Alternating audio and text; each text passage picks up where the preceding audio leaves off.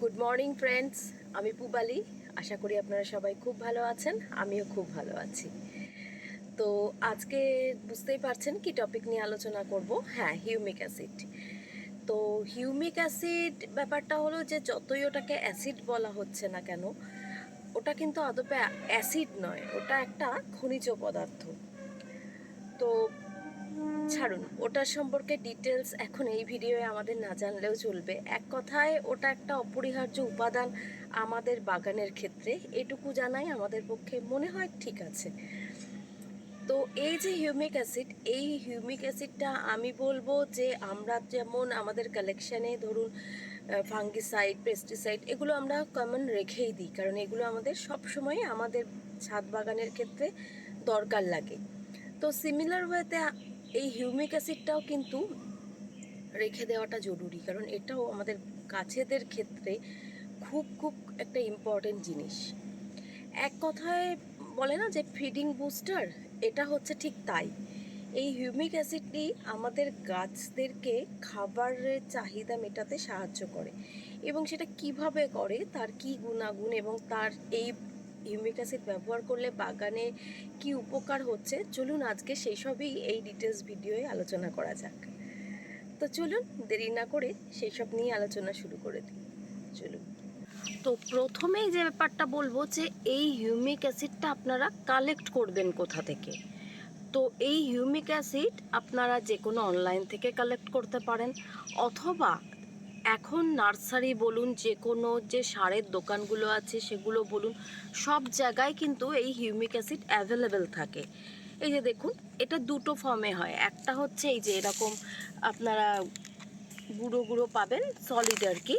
এই এই একটা আছে, এটা এটা লোকাল দোকানের জিনিস বলে এরকম রয়েছে, আর এটা রয়েছে একটা কোম্পানির লোগো দিয়ে করা। বাট ব্যাপারটা একই, দুটো জিনিসই কিন্তু এক, এবং দুটো প্যাকেটের দামই 30 টাকা। যেহেতু এটা কোম্পানির লোগো দিয়ে করা, তো সেই কারণে এটার পরিমাণটা একটু কম আছে। আর এটা লোকাল বিশ্বস্ত দোকান যদি হয়, যেখান থেকে আপনারা সার বা বীজ টিজ সংগ্রহ করেন, সেখান থেকে করলে পরে এরকম একটু বেশি পরিমাণে পেয়ে যাবেন।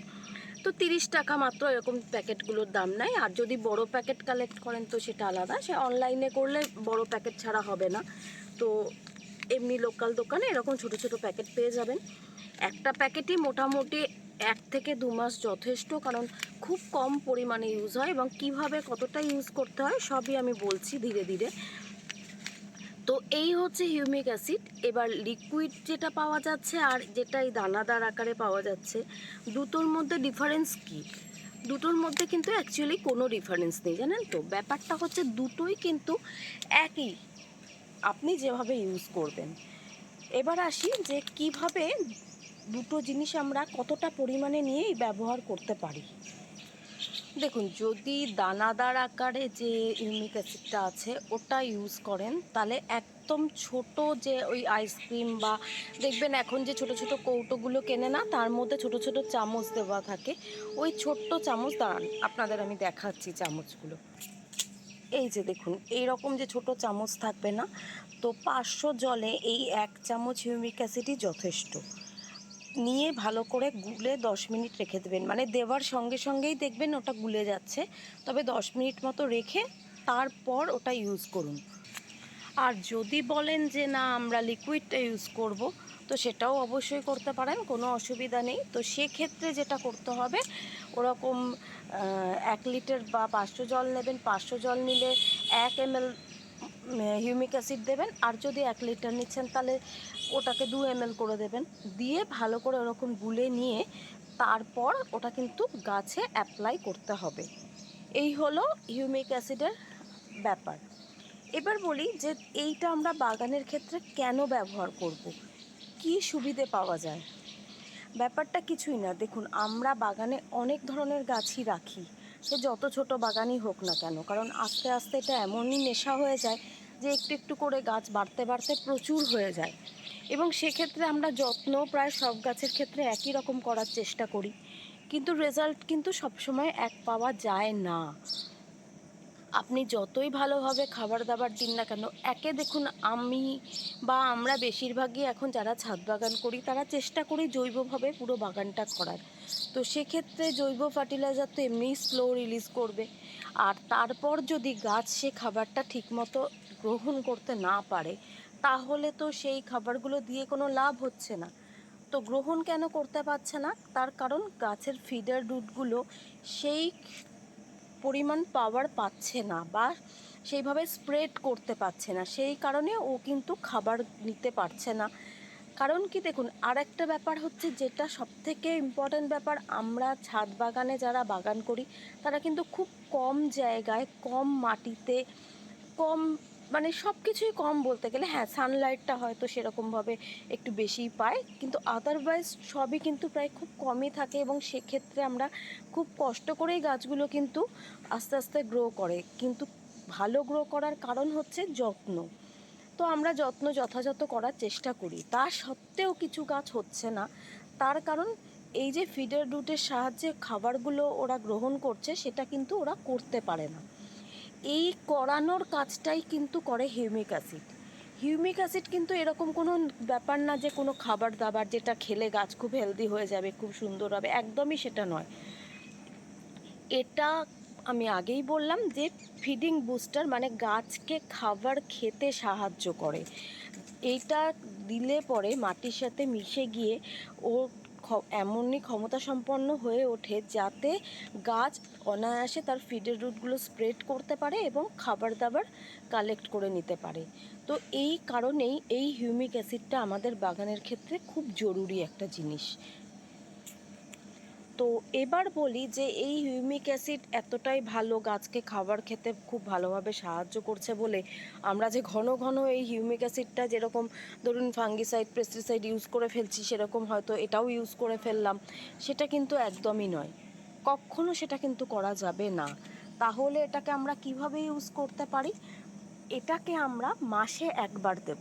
কিভাবে, কত পরিমাণে দেব সেটা তো আমি আপনাদের একটু আগে বলেই দিলাম। মাসে একবার করে দিলেই যথেষ্ট। হ্যাঁ, এক্ষেত্রে আপনাদের দেখতে হবে যে কোনো গাছকে দেখছেন বেশ কিছু মাস হয়ে গেল নার্সারি থেকে আনার পর রিপোর্ট করেছেন, সব রকম যত্নও করছেন, ফুল সানলাইটেও থাকছে, কিন্তু তা সত্ত্বেও সেই গাছটা সেভাবে গ্রো করছে না। তো সেক্ষেত্রে আমাদের সেই ধরনের গাছের ক্ষেত্রে হয়তো 15 দিন অন্তর একবার করে এটা দিলেই ভালো। কারণ যতক্ষণ না সে ঠিক করে তার শেকড়গুলো স্প্রেড করে নিতে পারছে, ফিডার রুটগুলো ঠিক হয়ে যাচ্ছে, ততক্ষণ আমরা মাসে দুবার করে দিই, মানে 15 দিন অন্তর অন্তর একবার করে দিয়ে দিই সেই গাছগুলোতে। তারপর যখন ওরা স্টেবল হয়ে যাবে, ঠিকঠাক কাজ করতে শুরু করবে, মানে গাছ গ্রো করবে, তো তখন আবার মাসে একবার করে দিলেই যথেষ্ট এই হিউমিক অ্যাসিড। তো এই হচ্ছে এর ব্যবহার। এবার আমি বলি যে এই যে হিউমিক অ্যাসিড আমরা ব্যবহার করছি, তো এটা আমরা কখন ব্যবহার করব, মানে গাছের ক্ষেত্রে কখন দেব?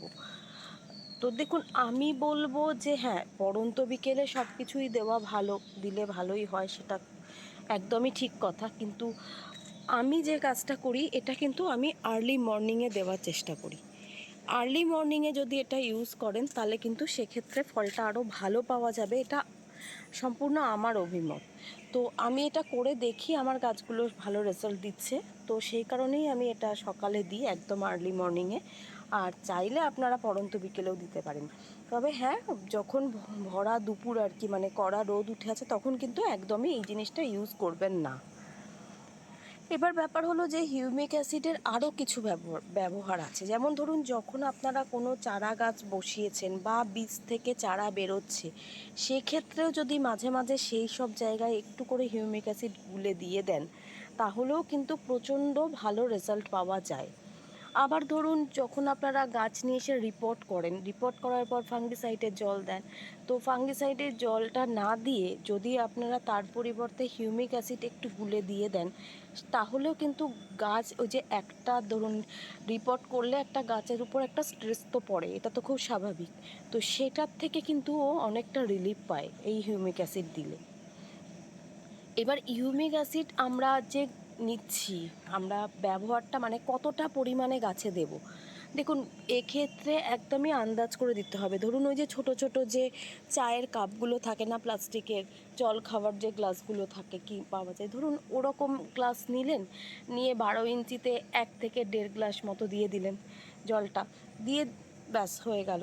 আর এক্ষেত্রে ওইভাবে জলটা আপনারা গোড়ায় ঢেলেও দিতে পারেন, আর যেটা করতে পারেন সাথে সাথে একটু স্প্রেও করে দিতে পারেন। স্প্রে করে দিলে কি হচ্ছে, একসাথে দুটো অ্যাকশনই হবে, পাতার মধ্যে যাচ্ছে এবং পাতাতে গেলে কি হচ্ছে, পাতার ক্লোরোফিল তৈরি করার ক্ষমতাটা কিন্তু অনেকটা বেড়ে যায় এই হিউমিক অ্যাসিড স্প্রে করলে গাছে। তো সেই কারণে যখন আপনারা দেবেন তখন যদি আপনারা এই দুটো পদ্ধতি অবলম্বন করেন, তো স্প্রেও করে দিচ্ছেন প্লাস গাছের গোড়াতেও কিছুটা পরিমাণ দিয়ে দিচ্ছেন, তাহলে একসাথে কাজটাও ভালো হবে এবং বাগানটাও ঠিকঠাক থাকবে। তো এই হলো হিউমিক অ্যাসিডের ব্যবহার, একদমই কোনো ব্যাপার না। তবে এক্ষেত্রে আমি আবারও বলে দিই যে চেষ্টা করুন ফাঙ্গিসাইড পেস্টিসাইডের সাথে হিউমিক অ্যাসিডটাও নিজেদের কালেকশানে রেখে দিতে। তো যাই হোক, আজকের মতো তাহলে ভিডিওটা এখানেই শেষ করি। যদি আপনাদের ভিডিওটা ভালো লেগে থাকে তাহলে অনেক অনেক ভালোবাসা দিয়ে আমার পাশে থাকবেন, আর একটু লাইক আর শেয়ার করে দেবেন। আর যারা আমার নতুন বন্ধু আছো বা আছেন, তাদেরও যদি ভিডিওটা ভালো লাগে, ইনফরমেটিভ মনে হয়, তাহলে প্লিজ চ্যানেলটা সাবস্ক্রাইব করে বেল আইকনটা প্রেস করে দিও। খুব তাড়াতাড়ি আবার একটা নতুন ভিডিওর সাথে দেখা হচ্ছে। আজকের মতো তাহলে বিদায়, টাটা।